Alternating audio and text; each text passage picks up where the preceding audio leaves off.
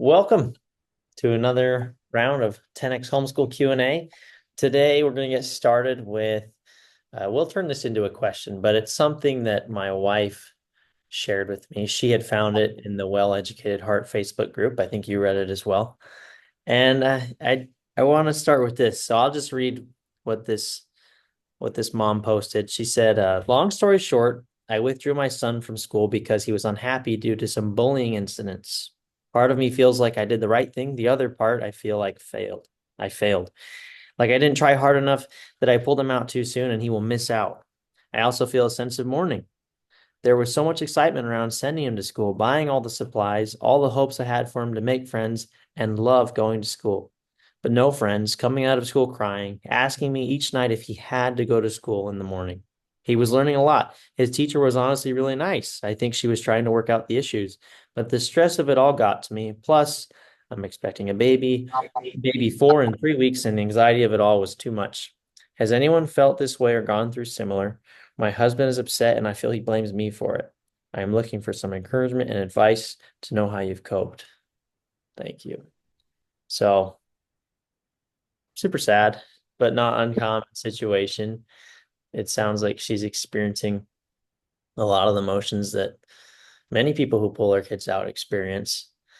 But I guess the question is, what would you say to this person? And I think her question is really, did I give it a fair shot? She wants to feel Yeah, like she gave it a fair shot, like she didn't react too much to what was happening. So what would you say? yeah. Well, I mean, there's a lot of layers in that whole scenario from the way the husband feels to how the mom feels to how the boy's feeling. And we don't know the age of the boy. I mean, this could be kindergarten. I don't think she said, right? It could be kindergarten, it could be junior high, Yeah, it seems to me that he's probably younger because probably with school buying supply. supplies, Yeah, probably. hoping that he loves going to school. Probably this kid's first experience in school would be my guess. It's possible. Yeah. I don't know. I will say first off the bat, the first thing that comes to mind is just in this day and age where we've literally seen on the news the past several years, anywhere from I think the youngest I've seen is 8 or 10 years old committing suicide from being bullied at school. This isn't the day and age where you mess around with a child saying, if they're at the point where they're saying, do I have to go to school? That is a red flag. Um, if you want to try and give it your best shot, I would say in this day and age, with how many suicides there have been in elementary age children, that you could try and give it your best shot while you remove your child from a harmful situation. If you want to talk to the teacher, see if you can work things out behind the scenes. I don't think we keep sending that child into a hostile situation because you hear all of these stories about the suicides, and the parents all thought the problem was getting worked through. They thought, they didn't realize the child was that desperate, or they just thought, oh, they can handle it. This is part of life, and their children are dead. And I know this is kind of an extreme and heavy example, but it's a real one that's actually happening. And so I don't think she acted in haste. I can understand all of the emotions that may come along with it, but first and foremost, I would say it's never wrong to take your child out of an extremely distressful situation, especially if he actually is young and we're talking about kindergarten through second grade. Yeah, well said. No, that's obviously the most important thing is the child's safety, and you're never wrong in protecting your child, even if it feels the the part that gets me is part of me feels like I did the right thing. The other part, I feel like I failed. Like I didn't try hard enough, that I pulled him out too soon, that he will miss out. And so I'm going to describe experiences, two school experiences. And you, the listener, tell me which one you ought to give a fair shot as a good parent.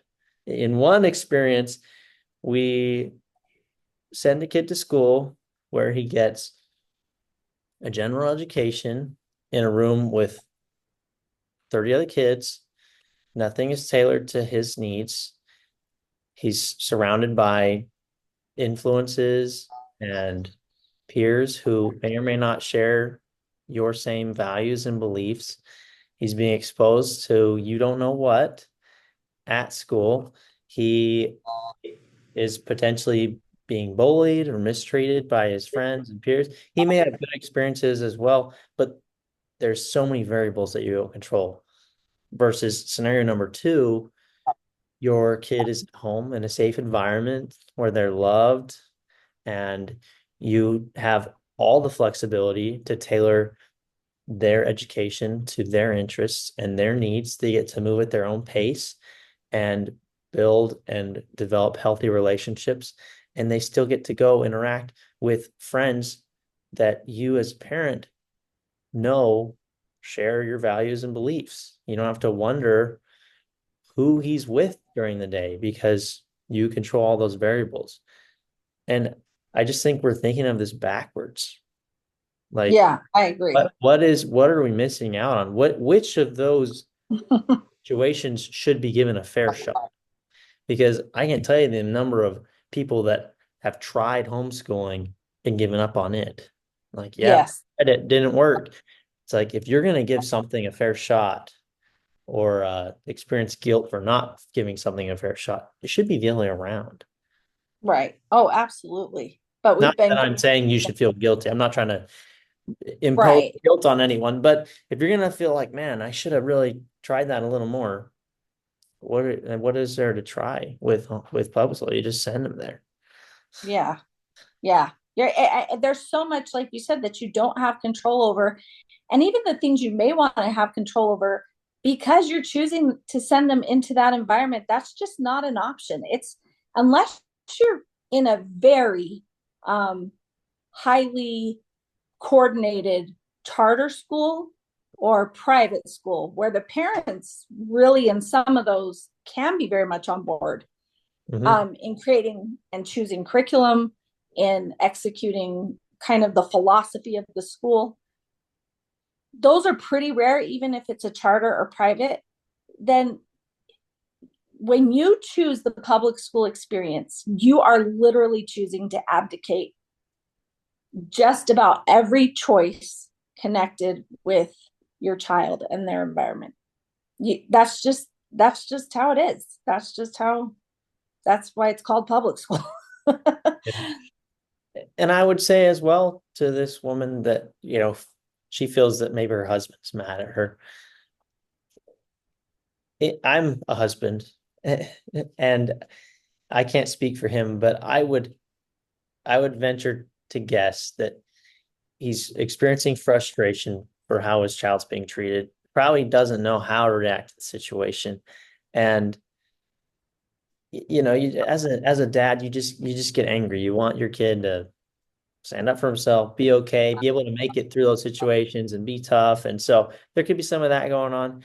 And also it's subconscious.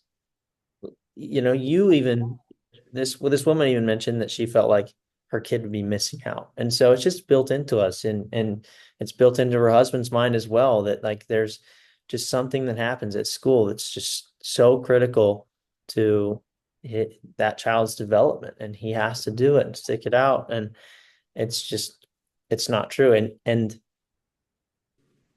the proof or one example anyway that we know this subconsciously. I was teaching a lesson at our church a couple weeks ago about parenting. It had nothing to do with homeschool. We were just talking about parenting and how to rear good children in today's world. And most of the people in the room are public schoolers, I presume. I haven't asked, but the number of times that I heard, we have to teach our kids this because they're going to face this in school, or we have to do this because at school, fill in the blank, or, when our kids are at school, such and such happens, or and it's subconscious and we just accept it. And it's a Right, room full of adults who we're not even talking about schooling, and it comes up as maybe the main obstacle and adversity that our kids will face.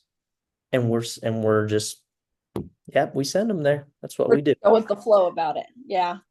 No, that is so accurate. I can't even tell you in relation to that how many times I've read an article in a church magazine, or again been in a class similar to you, or in a parental conversation where it's regarding the story has to do with cheating at school, being bullied at school, like you're saying, all these things. Like, what are we teaching them about dealing with in real life? I mean, certainly there's cheating that happens in real life, but as adults, that's just, you're kind of in a totally different scenario. And I've been thinking a lot as I was reading her post, and I have a few other thoughts in relation to her husband and stuff. Were you finished though? Were you finished with your Yeah, story? yeah. Um, how much really, it's funny because you constantly hear, and I feel like this is a lot from dads, men. You hear, well, you got to send them to school so they're ready for real life. And honestly, I cannot think of a more artificial scenario than school structured the way it is. Mm. And I know this is talked about regularly on other homeschool podcasts and things, but you have a bell that rings that tells you when to go to the next class. You have peers that are all the same age. This isn't real life. We don't, yes, you have to show up on time for work. Yes, you have deadlines, but they aren't these arbitrary, artificial, you're going to learn material for this, take a test for this, see if you pass or fail. This is, I mean, just the amount of people that hang on a grade, as if, I can remember being in the public school system growing up, and my father, you know, with good intention, offering to pay us based on our grades. I would much rather invest in my child's character, um, or just about any other thing Hmm. than acting like, I mean, I thought grades were so important that you were either a good person or bad person, depending on your grades. You were stupid or dumb. If you didn't get A's and B's, that equated to stupidity, not worth anything. And we've just wrapped up so much value and so much worth. And so, as far as dads go, something I've seen that's very common, and I honestly don't remember if you remember dad growing up at the very beginning of homeschool, maybe the first year, was extremely hesitant about it. He wasn't all on board. He wasn't against it or angry, that I had decided to do it, because I was prayerful about it. We discussed it, but he definitely was concerned, as was I, that this was going to be a successful endeavor or something I could even handle. But what I've noticed in speaking to a lot of fathers over the years, because it's very common to have a mother who, quite frankly, is very in tune with the spirit telling her, you need to bring your child home. It's interesting to me. I know I keep getting down these rabbit holes. It's interesting to me that generally you will speak to mothers who start to send their children off to preschool, but usually kindergarten, and have little pangs of hesitation and little thoughts of, am I doing the right thing? And ignore them. And that's innate. That's innate in us to want to keep them at home with us. It's an artificial experience, and a very new one, to take children out of the home, when literally for years of our nation's history, we kept them at home. They worked alongside the father, they worked alongside the mother. They got a trade and were maybe apprenticed out for a short period of time, but that wasn't normal. But anyway, fathers live in a very, especially if they're a working father, which most are, and our society is getting much more flip-flopped now with that whole situation. But fathers work in a very achievement-oriented, reward-driven society, and they think the only way to help their sons or their children be prepared for those situations are to keep them in school where you have these expectations. I don't know why we deviated from thinking parents can have expectations. I Mhm. don't know why we think that the child can't have and buy school supplies for at home and have fun and different experiences that are probably equal to or of greater value than what we experience at school. And so it's very hard to shift dads out of that mindset of they're very grade based and pleasing the teacher, getting a reward, seeing that bonus check, getting that boss to call you into the office to tell you what a great job you're doing, and in general, stay-at-home moms don't have that. And so that's not something that we look for as much. And again, like what you said, a lot of dads want their kids will just, tough it out. And you're going to come across the hard knocks of life and you need to learn how to get through bullying. And Right. I would say that in general, people overall mature. We're seeing more bullying in society now because we have a messed up society. Hmm. But you don't go to work as an adult and encounter bullying every day. And I would again venture to say that if most adults did, they would probably change their work environment or deal with it in a way where they're not constantly having to deal with that issue. But we think that kids should just tough it out. And I think all of this is very, we've created this attachment to something that's just really not even real or relevant, quite frankly. I might Well, have people.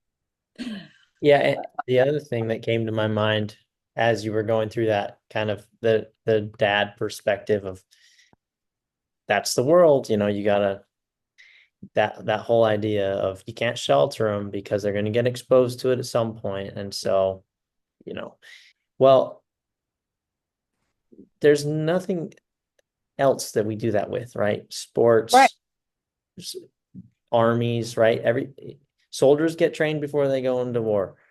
Athletes take training before they go onto the field, especially for high stakes games, right? Not that, not that you can't practice before you go play the game, but the thing is, the school setting is not a safe training ground. No. That's what we're treating it as. We're kind of acting like, hey, yeah, it's a training ground for the real world.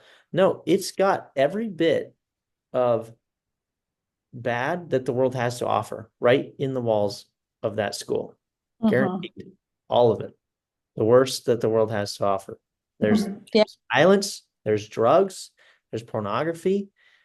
You're not sending your kids to a safe training ground to get ready for the world.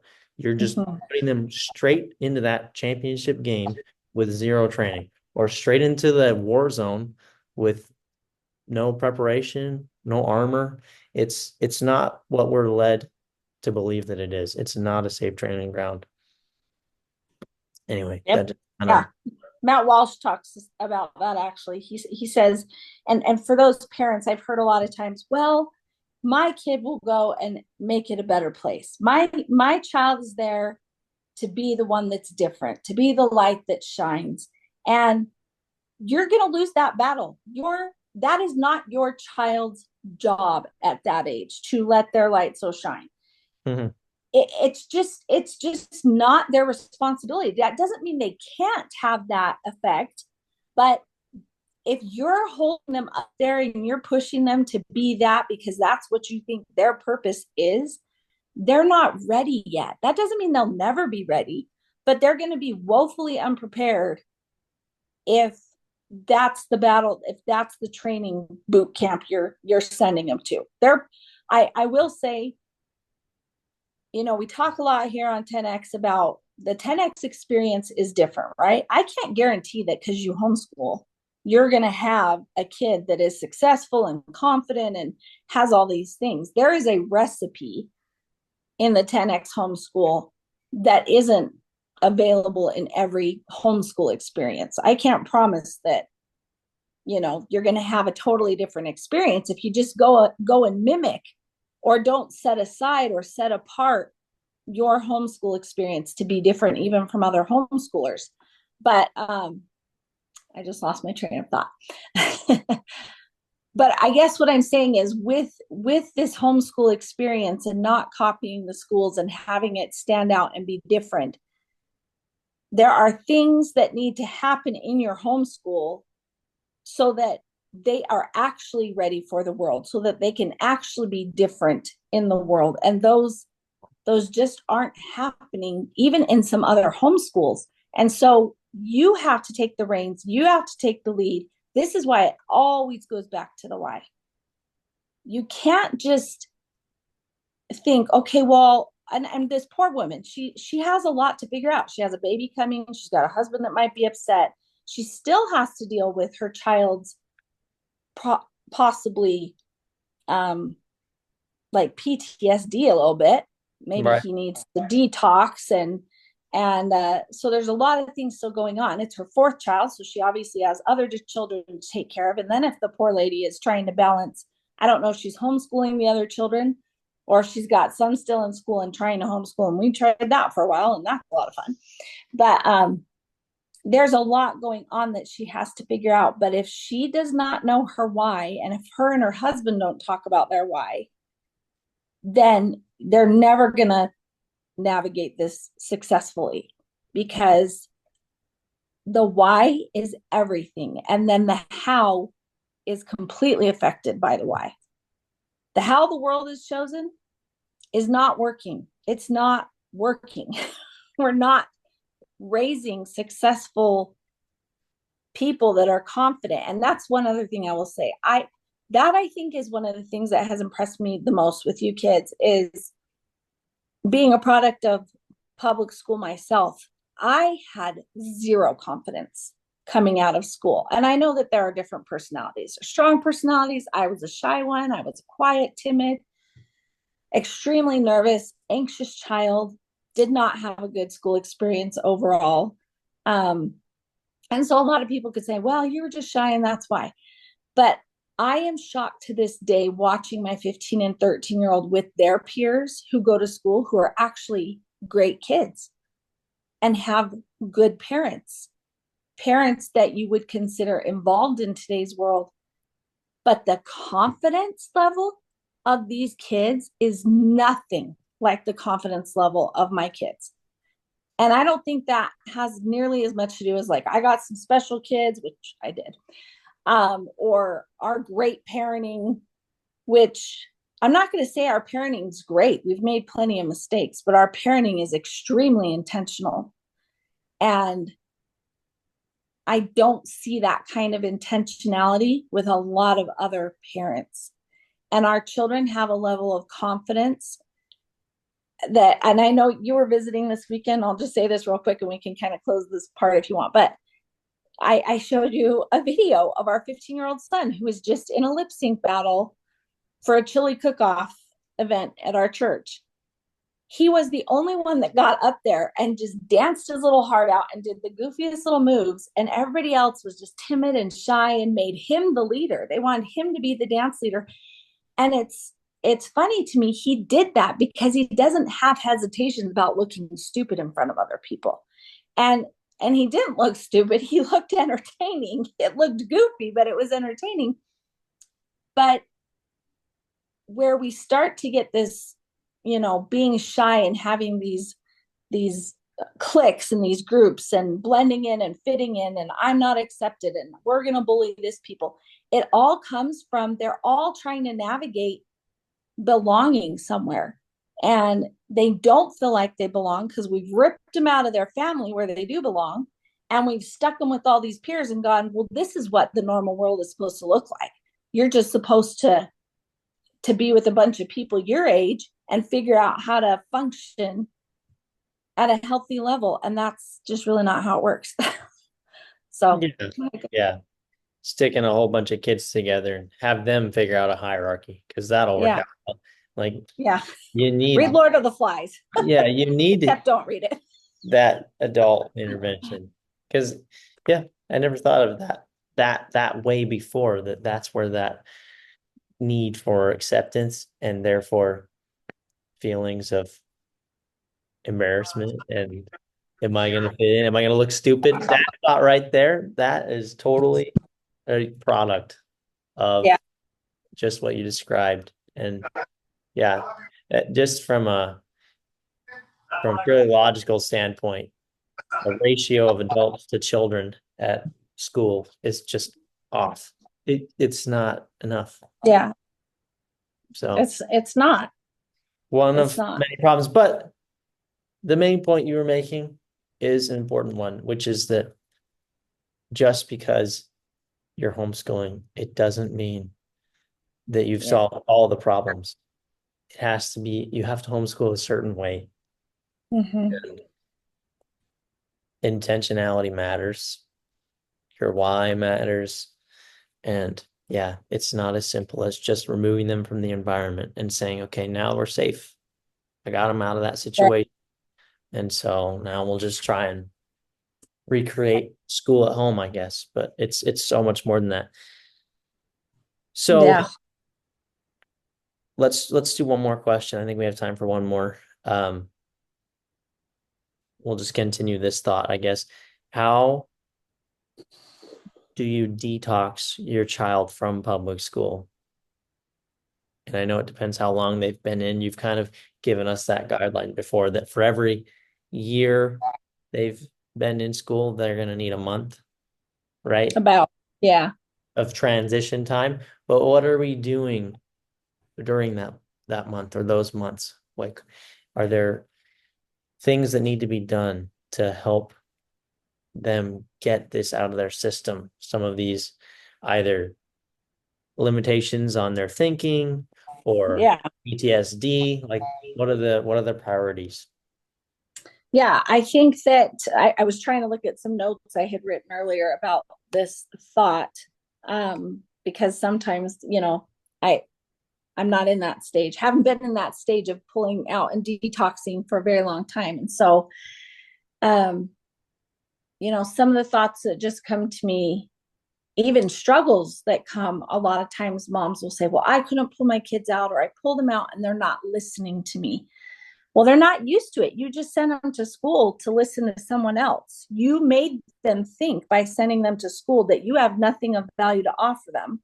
You made them think school is where you learn. That's the only place you can learn, and your teacher knows it all. That's, even if we don't directly communicate that, that's what we've just been communicating. So when they come home, they're going to push back. And you hear it with kids in homework. Oh, they come to you and they say, hey, I need help with this math problem. And you start to do it the old way because you don't know the new way. And they go, you don't know what you're talking about. I'll just ask my teacher. You don't know anything. That's not the way my teacher did it. You don't sound like my teacher. And, that wasn't necessarily our intent with putting them in school, but that's the byproduct of saying, that's where they know everything, go there. So you're going to be dealing with children who probably rebel a little bit. You're going to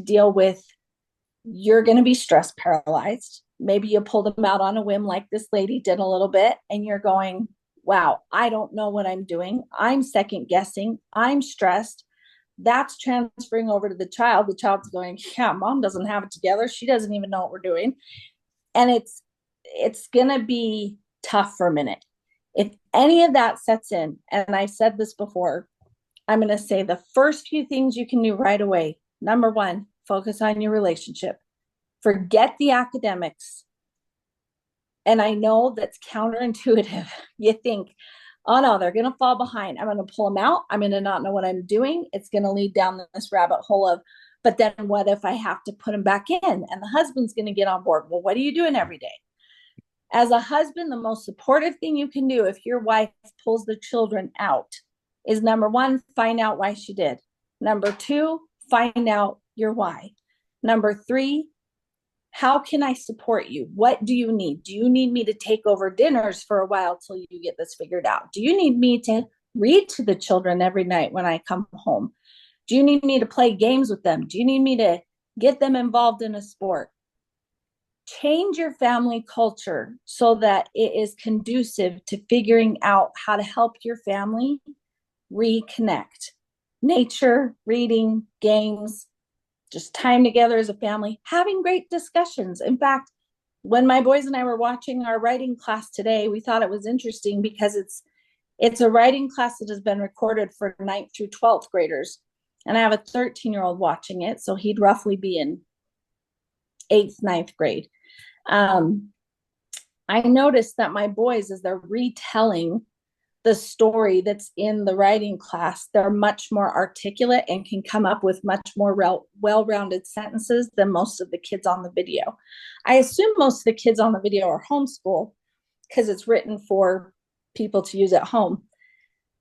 But I know for a fact that my children, my boys, can articulate their thoughts and ideas better purely from the discussions we have. I haven't sat them through formal curriculums for years on end about how to write since they were in 2nd grade till now. This is our first formal curriculum we've done with writing, and we've primarily done reading, and then we discuss it, and it has created boys who can spell and write. And that was the same with you older kids. I primarily ditched a writing program because I started out with one and it became so overwhelming and so difficult. And then as I studied and learned that Benjamin Franklin learned how to write by copying other people's great writing. Right. And that's how he learned to spell. We just have so many ideas around education that are just not accurate, that just are the accepted norm, but are not the preferred method. We've diluted everything and we've made up all these curriculums, when if we would just go to the basics of reading, writing, and arithmetic, we're going to find that everything we need is already there. Anyway, that's a little bit of a sidetrack. That's probably a whole nother thing. But my point simply is just stop focusing on the way you think it's supposed to look, and start being more thoughtful and even prayerful about what it is your family actually needs. Because I guarantee what your family needs is not in the school. It's not. Yeah, That's what the workforce needs. That's not what your family needs. yeah, for sure. I the one I thought, as far as the detox goes, was,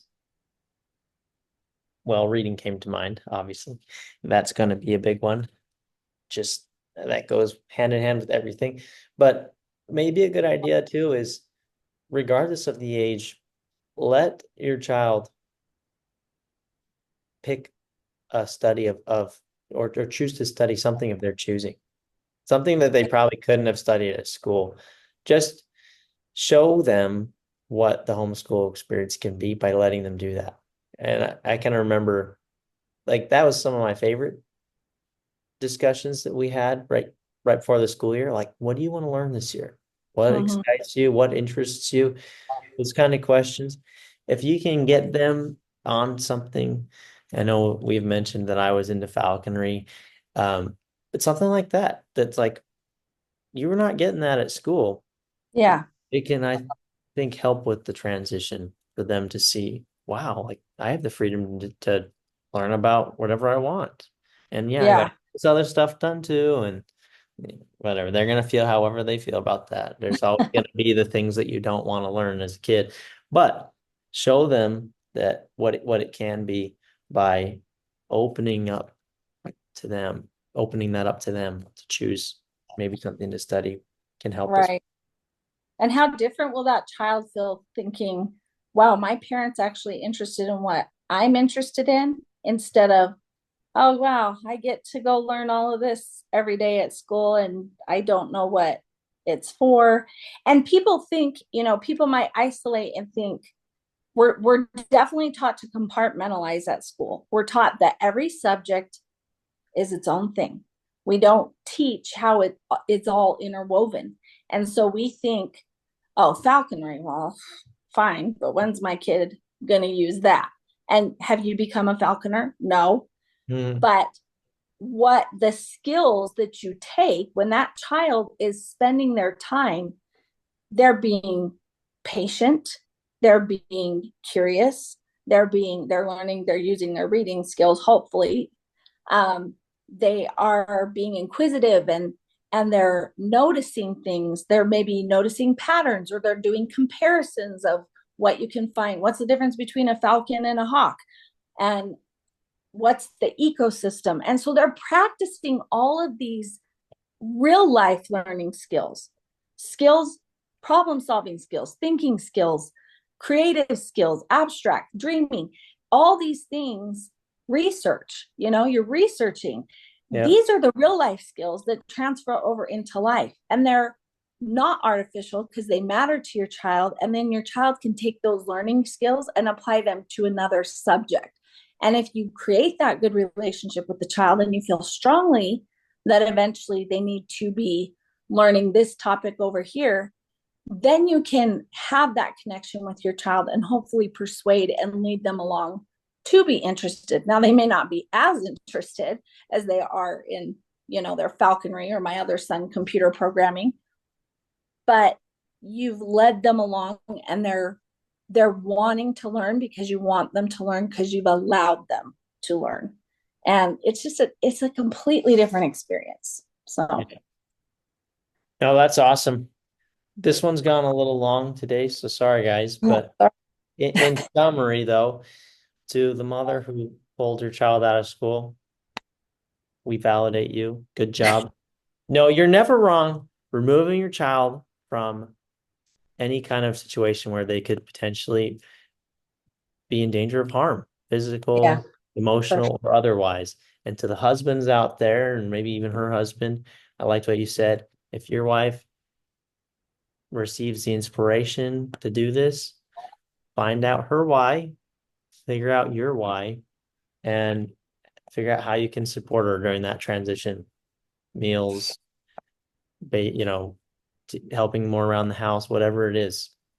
And then if you're in the middle of that detox phase, remember, I like the timeline that you give. 1 month per year for time in school. Relationships trump everything else. Focus on that relationship and just let go of all your preconceived ideas with education and school. Maybe let them choose their own subject, focus on reading, and that'll be a good start. So, Yep. Amen. okay. Well, thanks for tuning in. We'll catch you next week for the next one. Sounds good. Okay. Thank you. Okay. Bye.